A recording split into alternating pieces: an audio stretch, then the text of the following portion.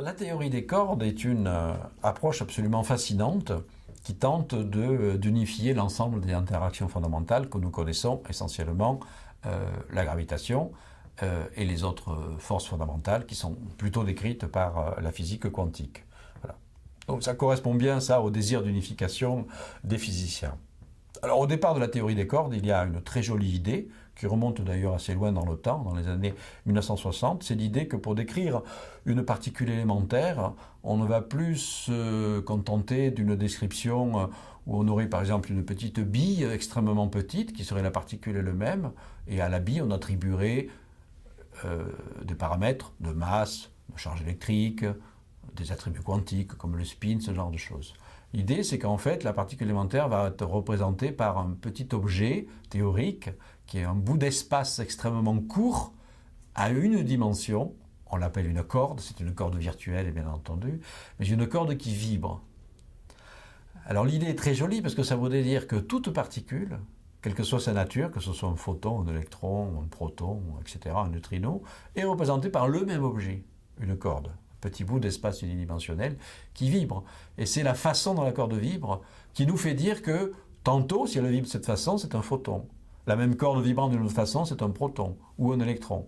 Donc en fait, c'est un magnifique pas en avant vers l'unification, puisque ça veut dire que les centaines et centaines de particules élémentaires apparemment différentes les unes des autres se regroupent finalement en deux familles seulement. Les cordes, les cordes c'est quand on les porte. Soit elles sont ouvertes, soit elles sont fermées. Donc une corde ouverte, c'est une corde qui a deux extrémités libres. Et entre les deux, ça vibre d'une certaine façon. Une corde fermée, c'est une boucle, qui vibre également avec des modes vibratoires.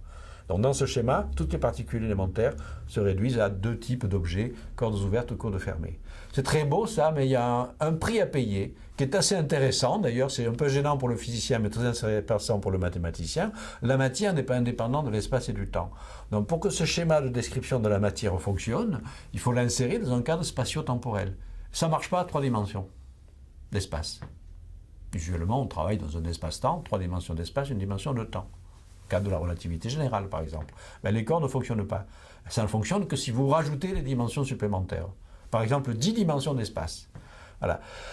Alors évidemment, ça ouvre des perspectives extraordinaires. Où sont ces dimensions supplémentaires? Est-ce qu'elles existent bel et bien dans l'univers? Est-ce qu'elles sont cachées? Est-ce qu'elles sont petites? Est-ce qu'elles sont grandes? Etc. Voilà, donc ça, ce sont des recherches en cours chez les physiciens théoriciens. Ce type de recherche ne peut que interpeller l'imagination des artistes, par exemple des écrivains. Alors de fait, c'est vrai que moi-même j'ai lu ce roman de Somoza qui s'appelle La théorie des cordes, que j'ai trouvé très intéressant à la fois sur le plan littéraire, c'est une belle œuvre avec un suspense, etc.